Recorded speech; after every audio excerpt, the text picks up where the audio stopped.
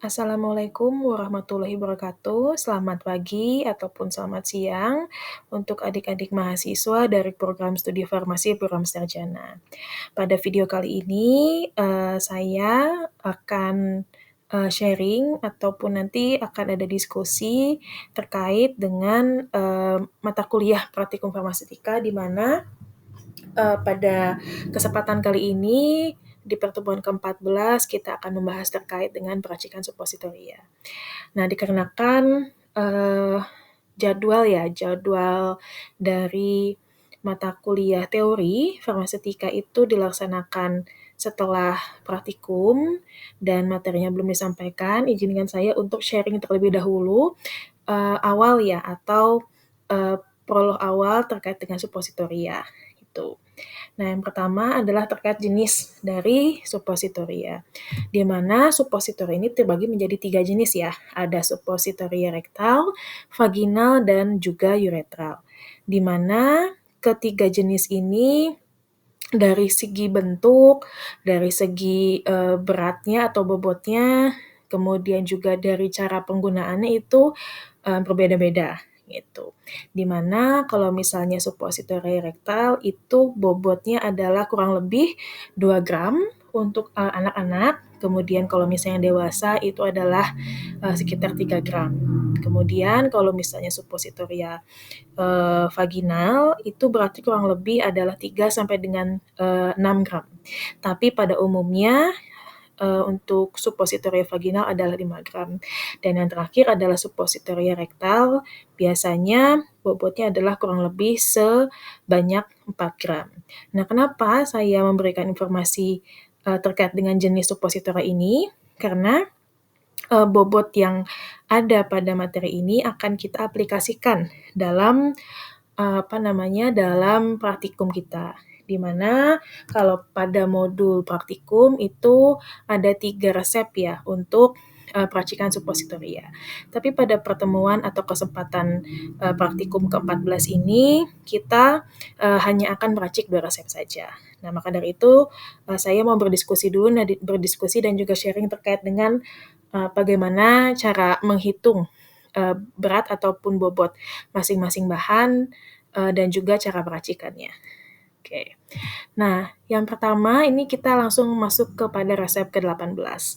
Nah, adik-adik bisa lihat bahwa pada resep ke-18 ini, mmm, pasiennya adalah anak-anak ya, karena umurnya ada 8 tahun, kemudian pada resep juga disampaikan bahwa jumlah dari, eee, suppositoria yang di diracik itu adalah 2 suppositori. Hanya saja pada saat, peracikan dianjurkan adik-adik melebihkan 1, suppositoria. Dikhawatirkan nanti terjadi misalnya suppositorianya tidak jadi ataupun rusak itu jadi adik-adik nanti masih punya cadangannya. Oke, maka dari itu disinkronkan tadi ya dengan, slide sebelumnya bahwa kalau misalnya, suppositoria untuk anak-anak itu beratnya bobot total dari suppositorinya itu adalah sekitar, 2 gram. Nah, karena kita akan membuat 3, jadi berat total atau bobot total dari suppositoria untuk 3 eee, buah itu adalah 6 gram. Nah, maka dari itu, segala perhitungan ataupun perhitungan bahannya dari mulai pertama parasetamol, kemudian PEG 4.000 dan juga PEG 400 itu disesuaikan dengan, berat totalnya. Nah, adik-adik bisa, lihat ya, pertama bahan aktifnya adalah yang parasetamol, di mana pada resep ini adalah 250 miligram ya yang diminta. Nah, karena di sini adalah DTD, maka dikalikan 3, nah adik-adik bisa hitung berapa sendiri. Nah, kemudian untuk PEG dan juga PEG 4.000 70% dan PEG 400 30%, adik-adik bisa langsung disesuaikan ya dari berat totalnya, di mana berat totalnya kan tadi adalah 6 gram ya, 6 gram dikurangi, berat dari atau bobot dari active pharmaceutical ingredients, yaitu ya paracetamol. Berapa, kemudian hasil dari pengurangan tersebut dikalikan 70%. Nah, sedangkan untuk yang PEG 430% itu langsung bisa dihitung 30% dikalikan dengan tadi yang hasil dari 6 gram dikurangi jumlah atau berat active pharmaceutical ingredients-nya. Ini terkait dengan perhitungan bahan. Kemudian steps-nya bagaimana Bu? Gitu. Sebenarnya untuk step-nya sudah saya share juga ya video terkait dengan peracikannya. Nah, hanya saja di sini lebih rinci ya, di mana adik-adik pertama itu meleburkan terlebih dahulu ya PEG 4000 dan juga PEG 400-nya secara bersama-sama. Kemudian adik-adik siapkan nih si serbuk paracetamolnya. Nah, dipastikan bahwa si serbuknya itu kalau misalnya dari tablet harus digerus dulu, tapi kalau misalnya sudah dari bentuk serbuk itu nanti bisa langsung dimasukkan ke dalam leburan pada step 1. Nah, selama menunggu campuran tersebut homogen, adik-adik siapkan cetakan suppositoria, di mana sebelumnya itu dilumuri dulu oleh parafin liquid ya, parafin cair, di mana tujuannya adalah supaya nanti tidak lengket dan juga mudah dikeluarkan dari si cetakannya. Kemudian kalau misalnya pada step 2 itu sudah sudah lumur bersama, sudah homogen, adik-adik bisa langsung memasukkan si cairan hasil leburan itu ke cetakan suppositorianya. Jadi adik-adik nanti kan itu ada banyak ya cetakannya, lubang-lubangnya gitu. Jadi nanti bisa sharing dengan teman yang lainnya gitu. Jadi kan nanti satu orang akan membuat 3 tadi ya dari perhitungannya, membuat 3 suppositoria. Dimana kalau misalnya itu sudah sudah diisi, adik-adik bisa langsung dimasukkan ke dalam kulkas ataupun ke ice bath gitu ya, dan ditunggu sekitar 30 menit. Nah, jika sudah, itu si hasil suppositorianya itu dikeluarkan dari cetakannya secara hati-hati, kemudian juga nanti langsung dibungkus ya dengan aluminium foil. Nanti hasil bungkusan tersebut dimasukkan ke dalam box kalau misalnya adik-adik membawa box, tapi kalau misalnya tidak keburu membeli box, boleh sementara menggunakan plastik clip gitu, tapi sebaiknya memang menggunakan box.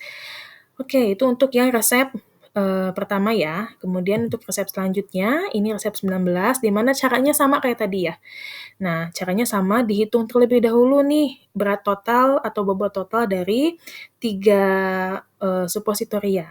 Ya, adik-adik kan di sini di dalam resep dimintanya 2 ya, 2 suppositoria dan dilebihkan 1, maka dari itu jumlah totalnya adalah 3 suppositoria ya gitu. Dan adik-adik perhatikan kembali pasiennya siapa nih. Nah, pasiennya kan di sini adalah Bapak Ucok ya, di mana Bapak Ucok ini tidak ada umurnya, diasumsikan bahwa ini adalah orang dewasa. Nah, setelah itu berarti kan kita tahu nih tadi dari slide yang pertama bahwa kalau misalnya suppositoria rektal untuk pasien dewasa itu beratnya atau bobotnya adalah sekitar 3 gram gitu. Jadi 3 gram dikalikan 3 suppositoria, jumlah berat total untuk 3 suppositoria adalah 9 gram. Nah, kemudian adik-adik lihat nih, apa saja bahan aktifnya atau active pharmaceutical ingredients-nya. Tinggal dihitung gitu. Berarti kan untuk lidocaine ada 50 mg dikalikan 3 berapa? Kemudian untuk yang zinc oxide itu 120 mg dikalikan 3 berapa? Kemudian untuk basisnya ini adalah oleum kakao.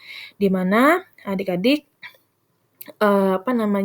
dihitung terlebih dahulu ya dari berat total semuanya. Tadi kan kita sudah hitung ya 9 gram. 9 gram dikurangi berat dari lidocaine dan juga berat dari zinc oxide. Nah, itu untuk yang berat dari basisnya itu oleum kakao. Gitu. Nah, kita lanjut kepada yang stepnya. Gimana sih cara meraciknya? Kurang lebih sama seperti yang tadi. Hanya saja oleum kakao ini kan bentuknya padat. Jadi adik-adik harus leburkan terlebih dahulu untuk yang oleum kakao sebagai basisnya. Kemudian, karena, salah satu zat aktifnya adalah zinc oxide, nah adik-adik harus pastikan bahwa zinc oxide ini sudah diayak terlebih dahulu.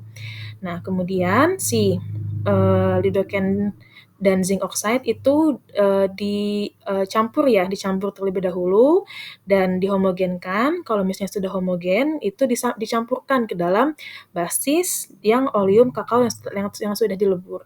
Nah, setelah itu sama kayak dari resep yang pertama, adik-adik bisa masukkan terlebih dahulu hasil campuran dari zinc oxide, lidocaine dan juga basisnya ke dalam cetakan suppositoria, kemudian dimasukkan ke dalam kulkas ataupun ice bath selama kurang lebih 30 menit.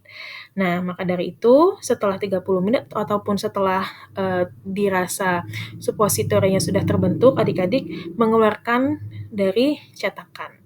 Kemudian bungkus dengan aluminium foil dan yang terakhir adalah masukkan ke dalam wadah yang sudah dan nanti akan diberikan etiket serta label. Nah, mungkin sekian penjelasan terkait peracikan suppositoria. Mudah-mudahan bisa berjalan lancar praktikum kita. Terima kasih. Wassalamualaikum warahmatullahi wabarakatuh.